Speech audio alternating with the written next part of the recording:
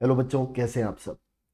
बच्चों, हम इस सीरीज में HCV chapter 1 introduction to physics chapter पढ़ रहे हैं।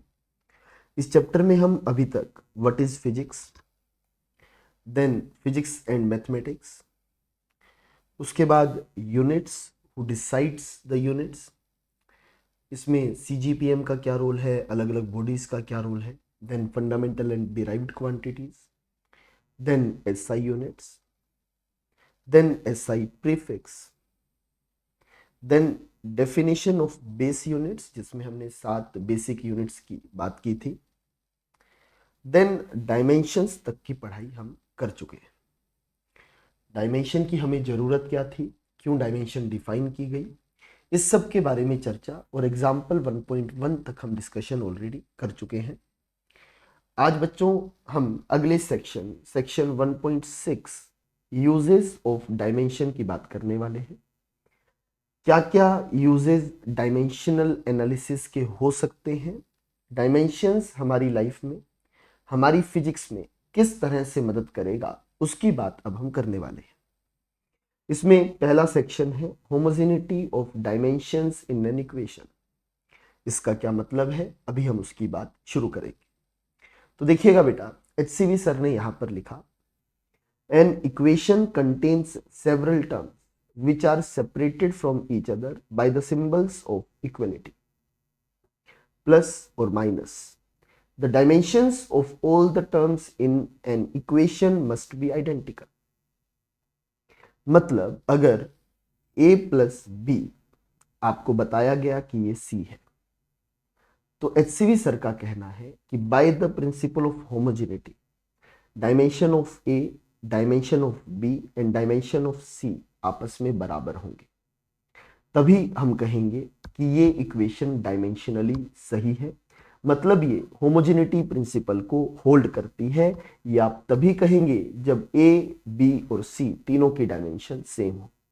अदरवाइज आप a और b को आपस में नहीं जोड़ पाएंगे अगर ये अलग अलग डायमेंशन के होंगे। मतलब अगर ये अलग अलग फिजिकल क्वांटिटी को रिप्रेजेंट कर रहे होंगे तो आप इन्हें ऐड नहीं कर पाएंगे। सिंपल देसी भाषा में बेटा अगर मैं आपको बताऊं कि अगर आप आलू में आलू जोड़ेंगे तो आपको रिजल्ट में भी आलू ही मिलेगा। आप आलू में कुछ और सब्जी नहीं जोड़ सकते हैं, मिलेगा तो कुछ मिक्सचर मिलेगा जो कि फिजिक्स में पॉसिबल नहीं है। आलू में आलू जुड़ा, मिला भी क्या, आलू। मतलब तीनों चीजें ही सेम फिजिकल क्वांटिटी और सेम डायमेंशंस की होनी चाहिए। इसे कहते हैं homogeneity. This is another way of saying that one can add or subtract similar physical quantities. अलग अलग फिजिकल क्वांटिटीज को ऐड या सब्ट्रैक्ट नहीं किया जा सकता। Thus, a velocity cannot be added to a force or an electric current cannot be subtracted from the thermodynamic temperature. अलग अलग फिजिकल क्वांटिटीज को ऐड या सब्ट्रैक्ट हम नहीं कर सकते। This simple principle is called the principle of homogeneity of dimensions. आपको ये ध्यान में रहना चाहिए। कभी भी आपके पास कोई इक्वेशन आएगी, अगर उसकी डायमेंशनल करेक्टनेस चेक करनी है, अगर हम देखना चाहते हैं कि इक्वेशन डायमेंशनली सही है या नहीं है, उस केस में बच्चा आपको इसी होमोजेनिटी प्रिंसिपल का यूज करना पड़ेगा in an equation and is an extremely useful method to check whether an equation may be correct or not. ये चेक कैसे होगा बेटा, डायमेंशनली चेक होगा। If the dimensions of all the terms are not same, the equation must be wrong. अगर dimension ही match नहीं हुई, अगर physical quantity ही same नहीं हुई, इसका मतलब वो इक्वेशन 110% गलत है। उसमें फिजिक्स यूज करने की जरूरत अब आपको नहीं है। Let us check the equation. एक एग्जांपल से सर समझाना चाहते हैं कि x बराबर ut plus half AT square एक इक्वेशन है, इसे हम चेक करेंगे। By the principle of homogeneity x, ut and half AT square तीनों की डायमेंशन सेम होनी चाहिए। For the dimensional homogeneity let's check it. Here x is the distance traveled by a particle in time t which starts at a speed u and has an acceleration a along the direction of motion. कुछ एक data आपको बताया गया। x distance है, u आपके पास speed है, t time, a acceleration, again t time, इस तरह आपको बताया गया। तो एक एक करके मैं डायमेंशन लिख रहा हूं। x लेंथ है, डिस्टेंस है, dimension will B l।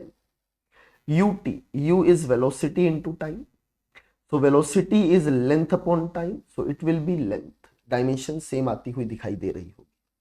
Half AT square, half is a number, number की कोई भी डायमेंशन नहीं होती है, हटा दिया, बचा बेटा AT square. AT square is acceleration into time square. Acceleration can be written as velocity upon time multiplied by time square. Velocity can be written as length upon time, so it will be length upon time square multiplied by time square। time square बेटा खत्म हो जाएगा, answer again will be L। so dimensions of x, ut and half at square तीनों बार L आकर मिली, मतलब तीनों dimension same आई। इसका मतलब ये इक्वेशन डायमेंशनली करेक्ट है। कैसे करेक्ट है बेटा? Dimensionally correct. ये जरूरी शब्द है बेटा। हो सकता है बाय फिजिक्स अभी भी इक्वेशन गलत हो, बट डायमेंशनली हम कह सकते हैं इक्वेशन पक्का सही है। Thus the equation is correct as far as the dimensions are concerned, because अभी हमने इसके लॉज को, फिजिक्स के लॉज को चेक नहीं किया है, सिर्फ डायमेंशंस देखी। तो हाँ, dimensionally the equation is correct, ऐसा हम बिल्कुल कह सकते हैं। आगे देखेंगे बेटा, इस मेथड को यूज करने की कुछ लिमिटेशंस हैं। कैसे? देखिएगा, हमने इसमें जो चेक किया बेटा वो सिर्फ डायमेंशंस चेक की। Note that the dimensions of half AT square is same as that of AT square. तो एक बात सोचिएगा, अगर इसी इक्वेशन में ये equation ut plus AT square होती तो भी सभी डायमेंशन सेम आती, तो भी आपको the equation will seems to be dimensionally correct. जरूरी नहीं है एक्चुअल में करेक्ट हो। तो वही कह रहे हैं कि note that the dimensions of half AT square is same as that of AT square. दोनों डायमेंशन सेम है।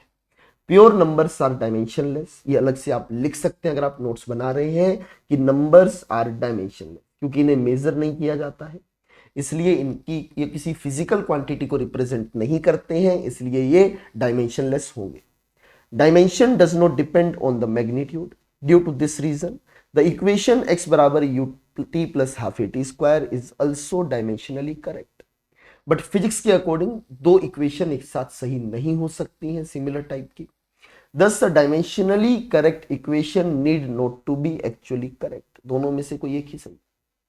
But dimensionally wrong equation must be wrong, ये बहुत जरूरी बात है। अगर कोई इक्वेशन डायमेंशनली सही तो वो सही या गलत दोनों हो सकती है। अगर कोई इक्वेशन डायमेंशनली गलत है तो you will be very sure कि वो इक्वेशन एक्चुअल में भी गलत होगी। इस बात को ध्यान रखेंगे।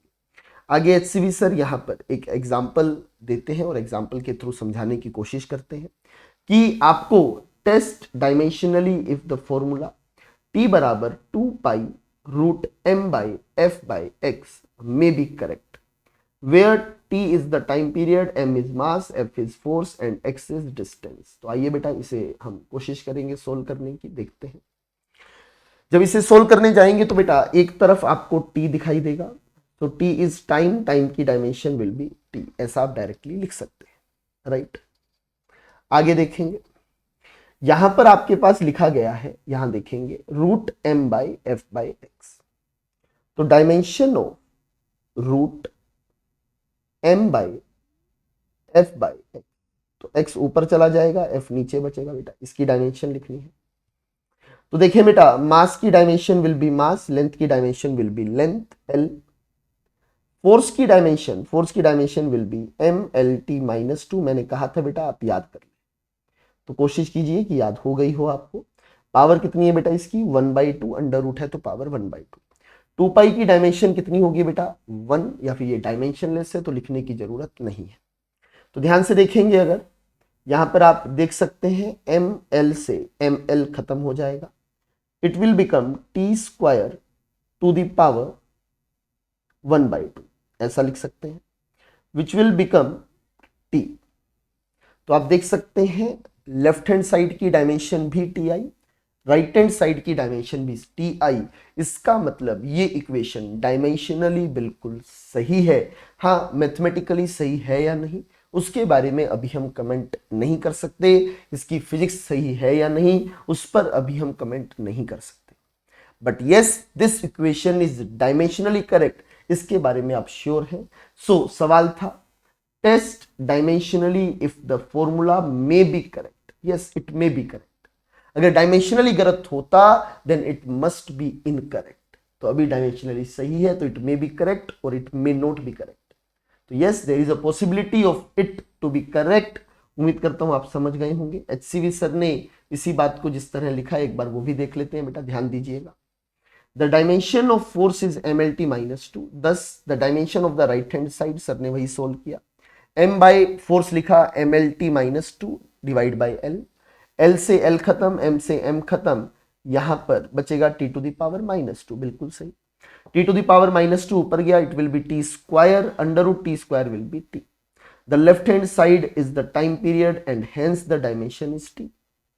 The dimensions of both sides are equal and hence the formula may be correct. Yes, dimensionally सही है तो हो सकता है फॉर्मूला बिल्कुल सही। इसी के साथ बेटा आज हमने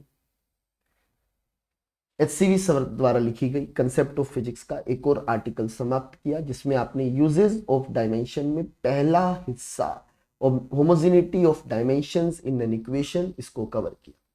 अगले लेक्चर में बेटा मैं आपके लिए कन्वर्जन ऑफ यूनिट्स लेकर आऊंगा, उसकी चर्चा हम अगले लेक्चर में करेंगे।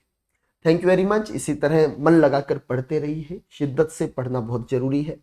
फिजिक्स से मोहब्बत होगी ये तय बात है, बस आपको डेली लेक्चर्स अच्छे से देखते रहना है, HCV अच्छे से पढ़ते रहना है। For any doubts, any criticism, any compliment आप कमेंट्स कर सकते हैं बेटा। Thank you very much.